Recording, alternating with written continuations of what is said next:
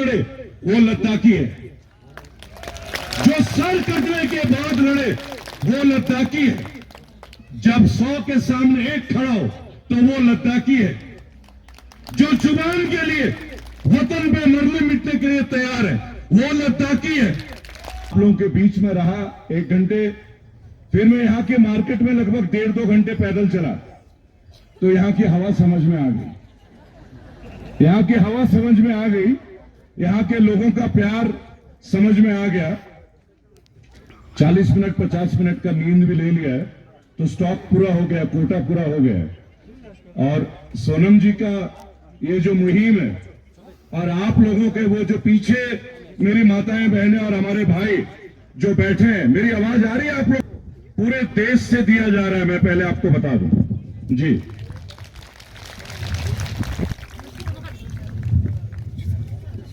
देखिए, अगर आपको कोई चीज हासिल करनी है अपने पीढ़ी के लिए और हमारे बुजुर्ग पीढ़ी के लिए, माताओं बहनों के अधिकार के लिए, चाहे वो ह्यूमन राइट्स हो, आपके 6 शेड्यूल हो, तो एक बात तो पहले समझ लीजिए कि ये लंबी लड़ाई की शुरुआत है। बड़ी चीजें आसानी से नहीं मिलती, उसके लिए एक लंबा समय देना होता है।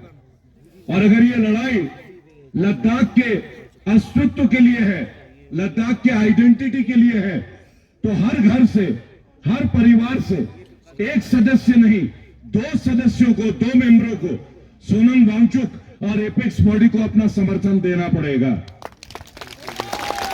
एक अकेले से नहीं बनेगा, वो जमाना गया, वो जमाना गया। मैं आपको बता रहा हूं, मैंने भारत में बहुत सारे मुहिम का आगाज भी किया और आपके बीच एक बात शेयर करना चाहूंगा।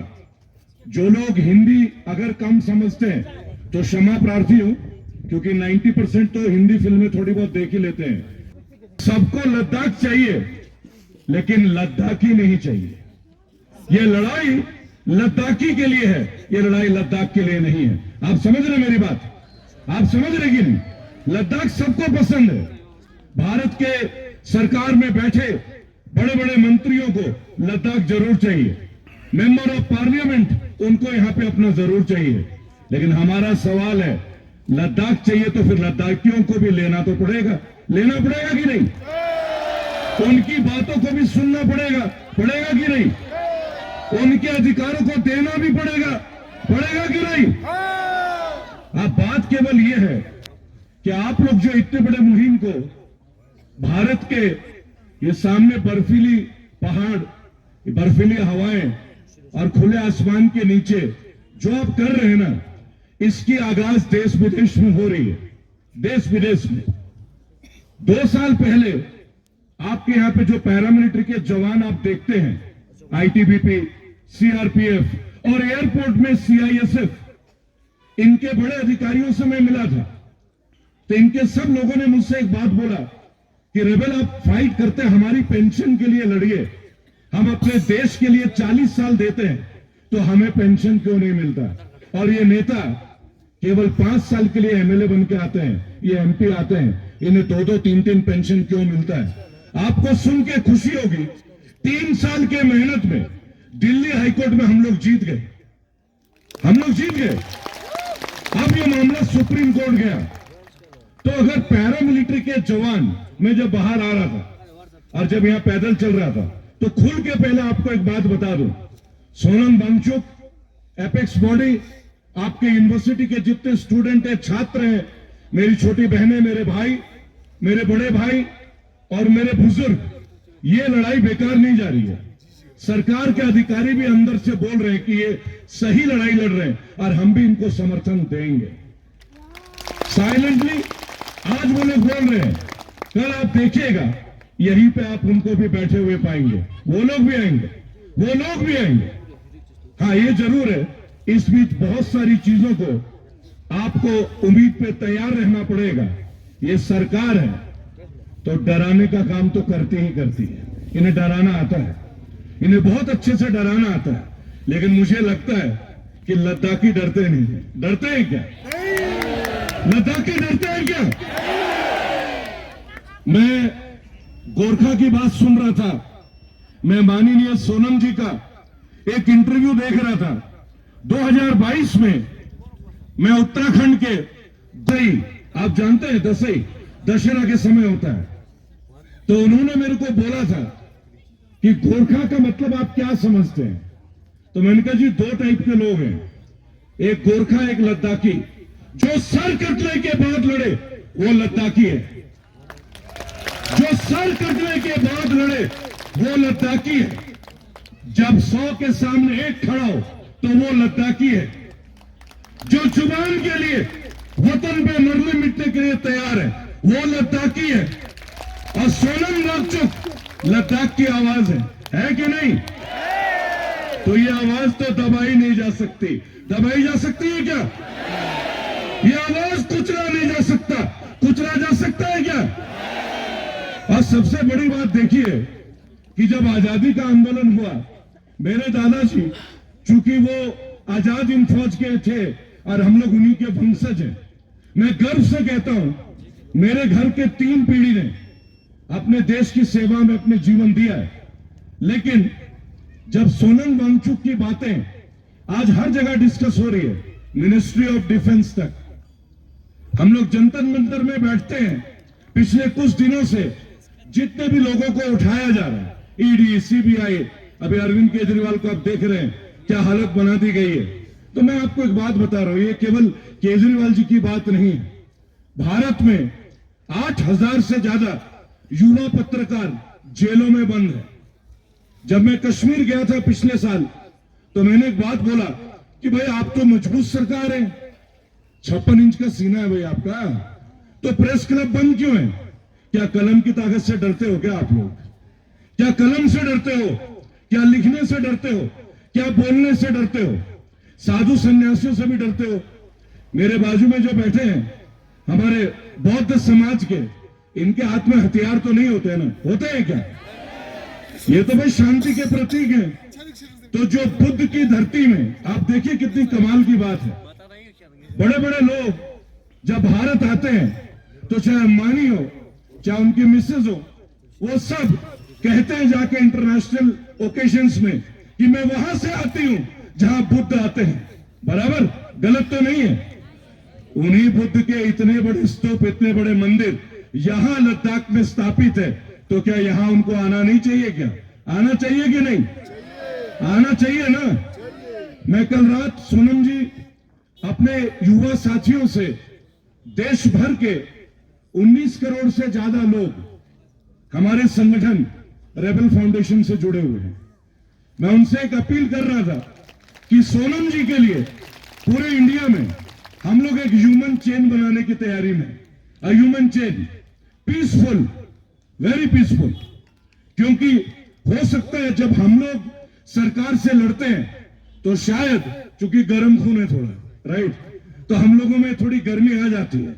लेकिन जब मैं सोनम जी की बातें सुनता हूं, जिस तरीके से वो माननीय प्रधानमंत्री जी को संबोधित करते हैं अपने वीडियो में, वो अभी भी ये कहते हैं कि मैं आपसे इंस्पायर होता हूं। ये बड़ी विचित्र बात है कि इस देश में जितने भी लोग सही मायनों में मोदी जी के समर्थक थे, मोदी जी धीरे धीरे एक एक का दिल तोड़ रहे हैं। गलत तो नहीं है? गलत तो नहीं है? क्योंकि पहला वोट मैंने भी उनको दिया है। मेरे फेसबुक के पेज पे 2014 में देखिएगा, पहला वोट मैंने उनको दिया है जीवन में। ये और बात है कि अगर हम लोग सच के लिए आवाज उठाते हैं तो उनको लगता है कि ये लोग विरोधी है, लेकिन मुझे ये लगता है जितनी मेरी माताएं और मेरे बुजुर्ग बैठे, उन्होंने हमेशा हमें एक ही बात सिखाया कि सच के सामने झुकना नहीं है, सच को लेके चलना है। और सच के लिए दुनिया को छोड़ा जा सकता है, पर दुनिया के लिए सच को नहीं छोड़ा जा सकता। शायद सोनम वांगचुक जिन मुद्दों को लेके, जब मैं वो बोर्ड पे पोस्टर देखता हूं, स्टेटहुड फॉर लद्दाख, ये आप लोगों से वादा किया गया था कि नहीं? लद्दाख के लिए अपने कायदे कानून, लद्दाख के लिए अपने एमएलए, लद्दाख के अपनी विधानसभा, ये प्रॉमिस किया गया था ना? वादा पूरा हो गया क्या? वादा पूरा हो गया क्या? वादा था करोड़ों की नौकरी देने की, 1 करोड़ नौकरी वापस ले गए, चले गए, ले गए ना? वादा था देश को मजबूत करने का। आज अग्निवीर जैसी योजना कहीं ना कहीं हमारे देश के युवाओं को आत्मा से तोड़ रही है कि नहीं तोड़ रही है?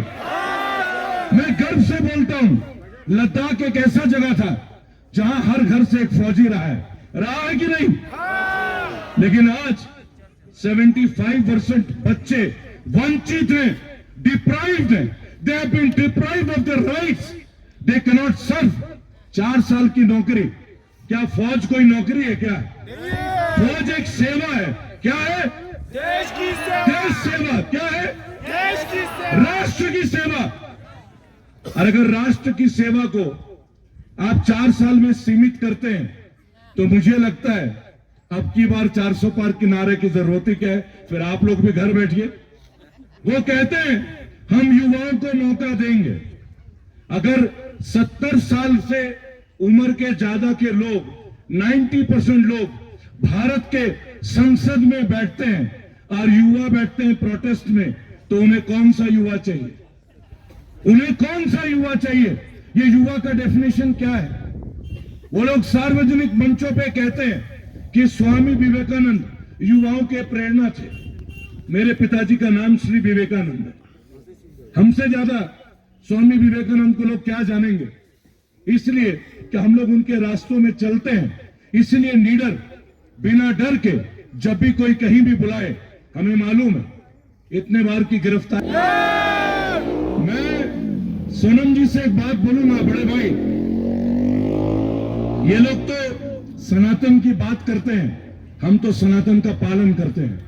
हमारे यहां कहा जाता है ज्येष्ठ भ्राता पितृ समान, बड़ा भाई पिता के समान होता है। अगर सोनम जी ने, एपेक्स बॉडी ने, आप लोगों ने केवल एक बार हम लोगों के लिए डिक्लेयर भी कर दिया, तो मैं आपको गारंटी दे सकता हूं बंगाल से लेके भारत के जितने राज्य हैं उन सब लोगों को पैदल मार्च करते हुए मैं लेह लद्दाख तक ले आऊंगा, मैं ले आऊंगा। आप उसमें मेरे घर के बच्चे, हमारी बहनें, हमारी माताएं। मैंने अभी सुबह एक बात बोला था कि पटियाला से हमारे एक ब्रदर है जो फिजिकली हैंडीकैप है, उन्होंने पहला वॉलंटियर किया है कि मैं व्हील चेयर से यहां तक आना चाहता हूं। लोग, आप लोगों का ये जो अनशन है, इस अनशन को बहुत अच्छे से ऑब्जर्व कर रहे हैं। अगर आप भारत के और अंतर्राष्ट्रीय मंच के अच्छे एक्टिविस्टों का, जिनको लोग देखते हैं कि जिन लोगों ने कुर्बानी दी है, मैं ध्रुव राठी का वीडियो देख रहा था, वो आप लोगों के लिए चिंता रखते हैं। अभी डांडिया जी वो चिंतित है आप लोगों को लेके, सोनम जी के स्वास्थ्य को लेके भारत के कोने कोने से आवाज उठ रही है। और ये आवाज केवल एक बात के लिए उठ रही है कि सोनम वांगचुक वो व्यक्ति रहे हैं जिन्होंने नए आविष्कार दिए और भारत के आर्मी के जवान, मैं जब कहीं भी जाता हूं तो उन लोगों से एक बात पूछता हूं तो सब एक ही बात बोलते हैं कि गजब का सरकार है, एक बेटे को दूसरे बेटे के सामने लाके खड़ा कर दिया है। तो हम कहते हैं काम करते हैं ना। अगर सरकार ने भारत के बच्चों को आपस में आमने सामने खड़ा किया है ना, तो हम जैसे लोग आमने सामने के बजाय एक साथ उनको तैयार कर लेते हैं ना। सरकारी अधिकारियों को भी ले आते अपने रैली में, ले आए क्या? ले आए।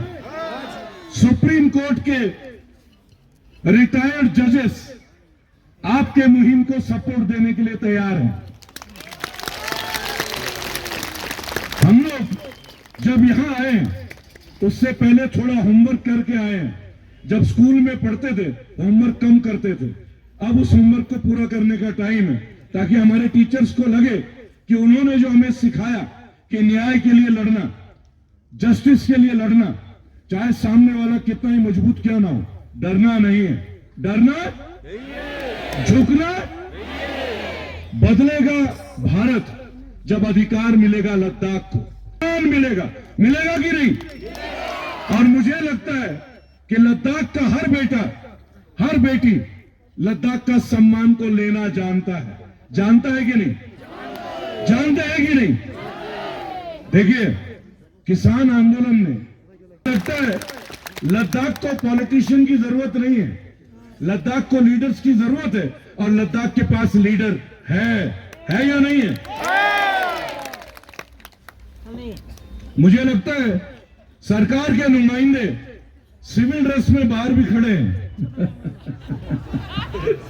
ठीक है, अच्छा एक बात याद रखिएगा, जो इस तरह के लोग होते हैं ना, वो हमारी वीर महिलाओं से बहुत डरते हैं, महिलाओं से बहुत डरते हैं वो, खास तौर पे लद्दाखी महिलाएं, क्योंकि वीर बच्चे वीर महिलाएं जन्म देती है। तो मातृशक्ति आपको प्रणाम, मेरा आपके लिए अभिवादन।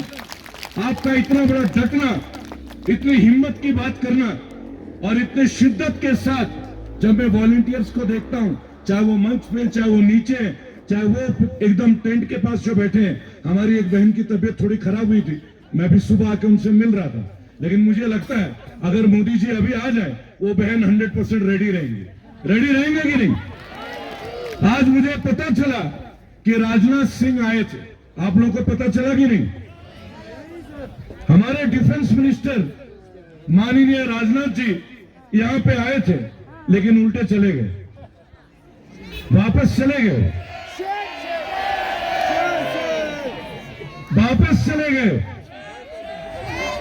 तो मैं माननीय राजनाथ सिंह से एक बात बोलना चाहूंगा कि आप देश के रक्षा मंत्री हैं सर, आप आइए ना यहाँ पे, आपकी रक्षा की जिम्मेदारी हमारी बहनें ले लेंगी। देखिए, आप लोगों के मूवमेंट का बहुत बड़ा इंपैक्ट हो रहा है। स्टेट हुड के बारे में इसका चर्चा बहुत जोरों से चल रहा है, और मुझे लगता है कोई भी इलेक्शन लद्दाख की आवाज को दबा नहीं सकती। दबा सकती है क्या? दबा सकती है क्या? 18-19 दिन बिना अन्न के, बिना भोजन के मेरा जोश बढ़ रहा है। आपको फील हो रहा है कि बैटरी चार्ज हो रहा है? मेरा फील हो रहा है कि नहीं? मैं जब इनको देखा तो मैंने केवल एक ही बात पूछा, आधी एनर्जी तो तभी आ गई थी जब सुबह, हमारे यहाँ पैरों का दबाने का कल्चर है। मेरे पापा कहते हैं पैर दबाना चाहिए, हर उस व्यक्ति का, माँ का, हमारे भाइयों का, हमारे बुजुर्गों का पैर दबाने से उनका आशीर्वाद हमें फल